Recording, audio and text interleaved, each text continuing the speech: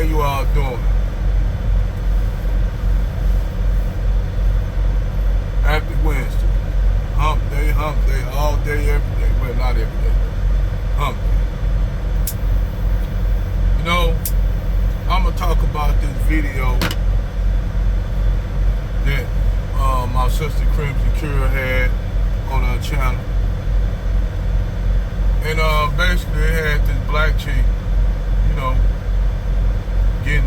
actually getting interviewed by this brother.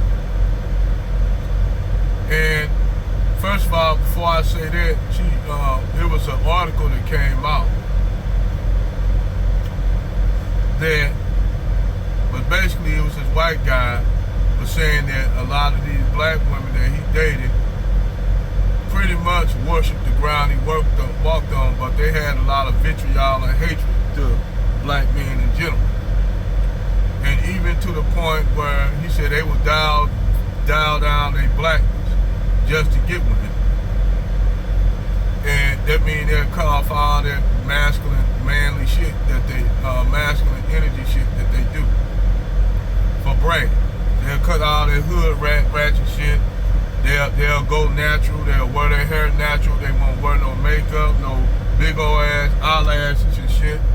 They won't do none of that with Brad, because they'll do all that shit for Brad, not for Tyrone. Even if Tyrone a solid brother, they ain't gonna do that shit for Tyrone, because in their mind, like this little skinny chick said on TikTok, black men are not worthy of that, because this black woman, they consider themselves slaves and property of white men still. Which I find that amazing, since a lot of these black women are always talking about how strong and independent they are, and they were the first ones that say we're against the white dominant society, but yet they'll bow down to white men in their society or zaddy.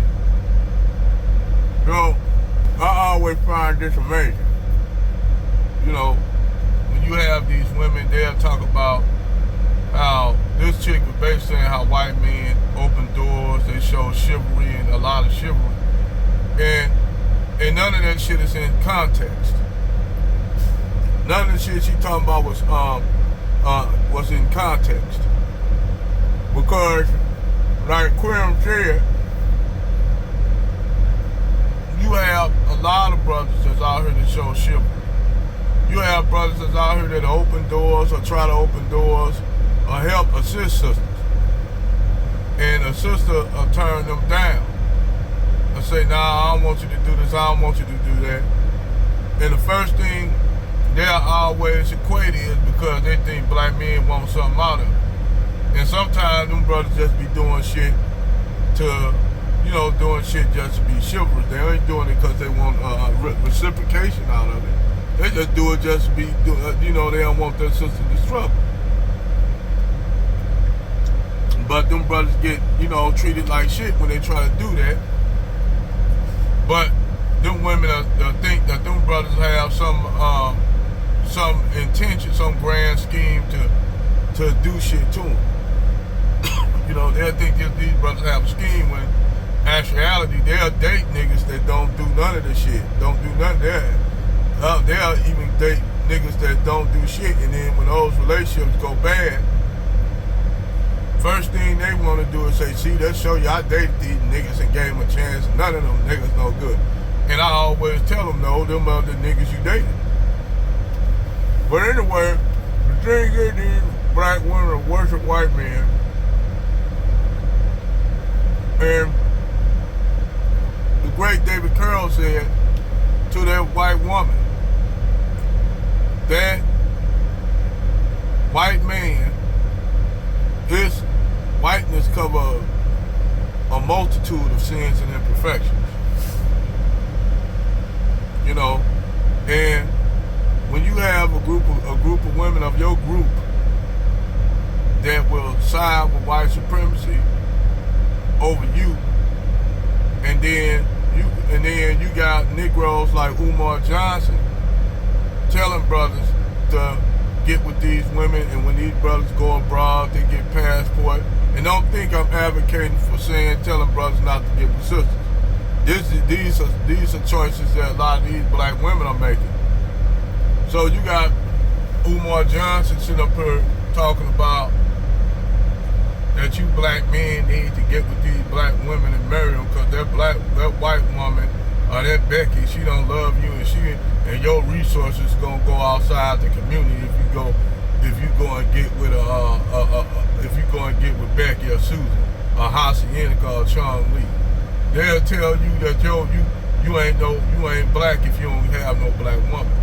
Well, I used to hear that a lot when I was a kid. I heard that a lot from a lot of women that used to say that, and the fucked up thing is, I heard that from women and then catch them somewhere down the line with a brag.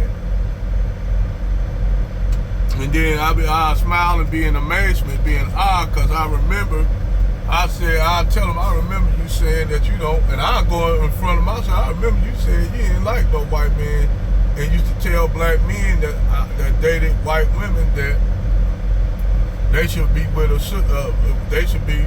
a black woman, and if they ain't with no black woman, they ain't black, they some Uncle Tom's and Coons.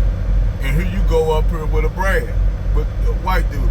No offense to you, white dude, but I'm just telling her what she used to say. And then the white dude be puzzled by that. She said one time she didn't want black men to date white women. But give or take, I found out what that is. It ain't about because they really love black men or even care. Now, I'm not talking about all black women. That's not go there. These group of women, they know who they are. So what these women do, they'll use all kind of disingenuous talking points to say that, black men don't do this, black men don't do that. But here you got a white dude that dated primarily black women. And he said he noticed the vitriol that they have for black men. But then also, I like when Crimson Cure said that he know his white privilege in society. He know he is privileged in society. Now some people say, well, you can't say all black white people privilege. No, but we know it's a white privilege to a certain class of white people. I'm not talking about the everyday mundane white people, but yeah, they do get a smack on the wrist too sometimes, a lot of times. I said all you had to do is look at the prison incarceration rate, the time that they give black men compared to what they give white men. So I tell them, you look at them statistics, and then that throw for all them liberals who say that and conservatives who talk that bullshit, you can throw that shit right up there in front of them with them statistics. That's a lie. Because I tell them Negroes to sit up there and talk that conservative shit. Okay, let your ass get in trouble and let it be by the hands of a white woman. Let's see how much time you get. Ask Bill Cosby. And people always, and that's why I had a problem with Anchorman there.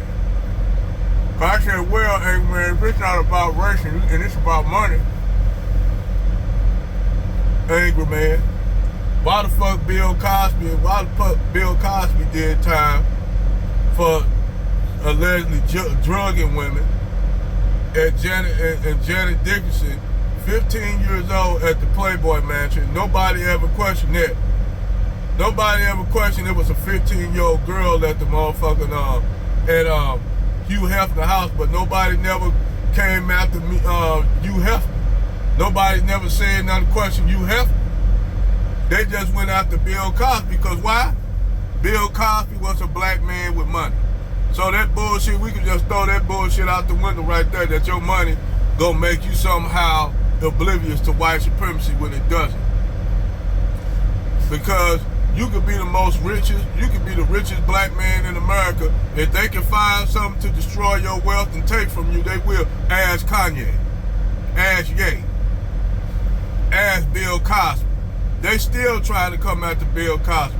Hell, they still trying to go after motherfucker O.J. Simpson. And I'm telling you, if O.J. Simpson didn't have Johnny Cochran representing him and all that that team of lawyers, he probably would have been railroaded. You know? But back to the subject at hand, this guy in this article, basically the chick that wrote this article about this guy, this chick is a swirler and a divester, and she writes the novels, these black women, white men novels of glorifying white men and while black women in slavery or this kind of shit during the height of Jim Crow, black and white love and shit. Well, basically, she even put in this shit where the white black woman was a side chick to rich and powerful white men while they be married to white wives. And a lot of that shit, a lot of these black women of their ilk, fantasize about that. They don't mind being a side chick to brag it. They don't care if they be a side chick to brag it. But sometimes them relationships go sour real quick. Like the situation where that cop was dating this black chick and he was married to a white woman. So the black chick got pregnant. She wanted him to divorce his white wife so they can be together. You know what he did? He went over there and killed her ass. He's like, no, bitch, I ain't gonna marry you. I got a wife. I'll lose everything, because, you know, they got a law to be a police officer. If you're a married man and you cheating outside your relationship, they don't play that shit. You could lose your pension. You could get fined if you cheating on your woman, because as an officer, you gotta be an example for the law. You know, even though we know that's bullshit. But yeah, they'll actually, if you get caught cheating on your relationship, your marriage, and your wife report that shit, you know, they'll fire your ass and you'll lose your pensions and shit. That's why that guy killed her ass, because she was gonna go and call his wife. And see, you'll have situations where you have black women in those kind of relationships, in a side chick relationship with Brad, and thinking Brad gonna leave Becky. Keisha think Brad gonna leave Becky, but Brad ain't gonna leave Becky for you. Not if he got entitlements and shit. See, that's another thing a lot of these divestment and swirling chicks don't never think about, especially white men of high society. They got money. They'll say, well, what about Eve and the black woman that was married to Robert De Niro, or the chick that was married to George, that's married to George Lucas, or what's the other, Serena Williams, which Serena Williams, that dude divorced. You know? And then on top of that, he got money out of that relationship because Serena Williams wanted to sign for a divorce. She wanted the divorce. So, like I said, you got those relationships are the exception, not the rule. So you'll have black women that primarily date white dudes, and white dudes will run through them. You had that shit where this chick named Sharika, who was dating a white supremacist, got a child by this white supremacist, and the child the man only held the child once, and she ain't never heard from the dude. The dude don't pay no child support. The dude don't do shit. You got another chick, black chick, that got 4 kids that are raised by her parents because she didn't want to follow their religion, and then mess around and said she was in an abusive relationship with the dude to have 4 children, got back with the dude and got knocked up again by the dude, and the dude ain't even in her life. So she got 5 children, the other 4 children by this Brad, then got knocked up by him again, he left her again, and now she up here with 5 children, raising 1, and her parents got the other 5 because they didn't like the fact that the relationship that she was in, and due to, I guess they were Jehovah's Witnesses or whatever, but they raising the children, you know, they raising her 4 children. So, and then I can understand that, because if you in a certain religion, you don't want that, you don't want your daughter around that, and she excommunicated from the Jehovah's Witness, where she can't come to the Kingdom Hall. even that bullshit ass religion. But I'm just saying how these chicks, and she even came out and said, when you had all these black women, both of these chicks, when you said you got all these black women coming out, black men don't do this. And white men do this and white men do that. These women came out and said that's not true.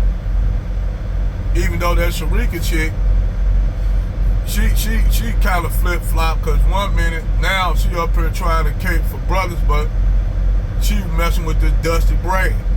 So now she wanting black men to have this, to have that, all that shit.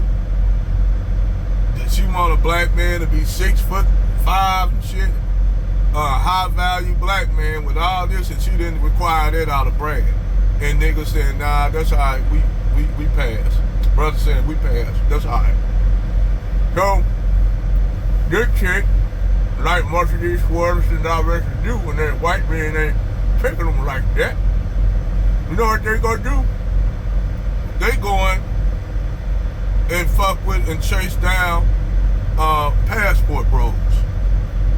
And the reason why they going after these passport bros, because these brothers that they didn't want, that none of these chicks didn't want them, or the street chicks with Pookie and Ray Ray, after having 3 or 4 kids by Pookie and Ray Ray, like, damn, I need an option, I need a spare type.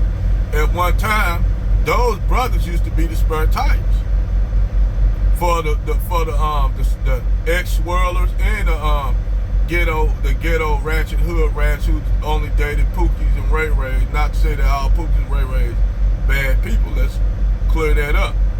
But you'll have a segment of women, they get older, have 3 or 4 kids with niggas that they know they wasn't about shit. All of a sudden they want them a high value man. That's why that's why they hated Kevin Samuel so much.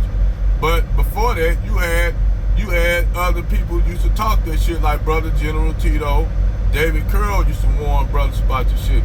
But Kevin Samuels just happened to motherfucking come about and have these women and put these women on blast. And now brothers are woke, brothers are awake. We've been awake then, but that shit awoken a lot of brothers. And now these brothers finding out they can get passports and get a better deal. And you got Umar Johnson running around here telling black men they need to get with a group of women that don't want them to provide resources for a smoking crater of a black community. And all Umar Johnson is doing that for, because if you really look at the main support of Umar Johnson, mostly women. If you go to any of Umar Johnson's, you know, when he talking, doing or whatever, you know, what he do, you will see most of those people in the audience are a whole bunch of hotel niggas and a whole bunch of black women wearing dreadlocks, dressing looking like wearing on Erykah Badu raps and shit on their head. Like not to try to shame Danica 60 Goddess, but they up there looking like they just came out of Africa and shit.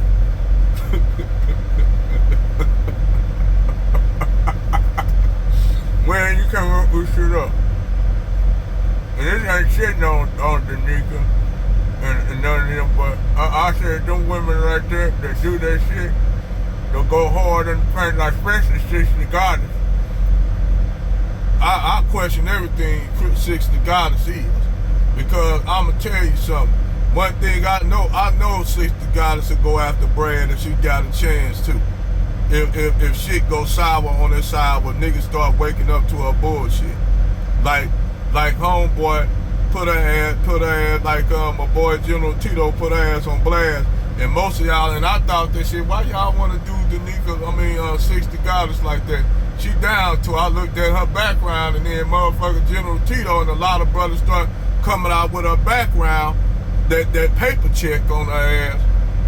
And then the funny thing is, this chick had a guy that was a cruise chef that was now getting him to be a lead chef.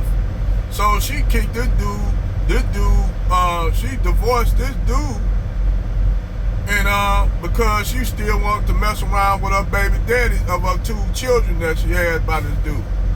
So this showing you a chick that's on hood ratchet time, just sitting up there talking shit, regurgitating shit that she heard from Danica. And I told Danica you need to disassociate yourself with 60 Goddess.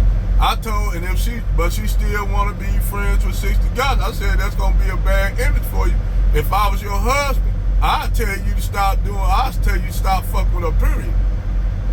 Cause 60 Goddess is not what she's a motherfucking chameleon. Real talk. It's just too much shit. She do too much hood ratchet shit, and she a damn village bite. And I know she a village bite. That's fucked up. And I tried to defend her. I tried to defend both of them.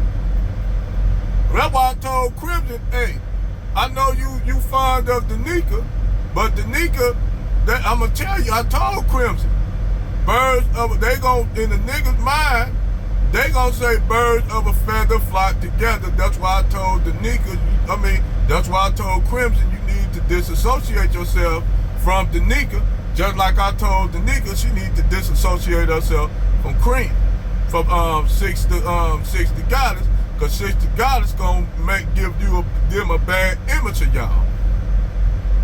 And I told Crim now, I said, Crim, you be honest with you need to disassociate yourself with Danica and Six. They gonna make your image look bad because they running around doing too goddamn much. And then Danica husband, that nigga, I bet you anything that nigga will sell.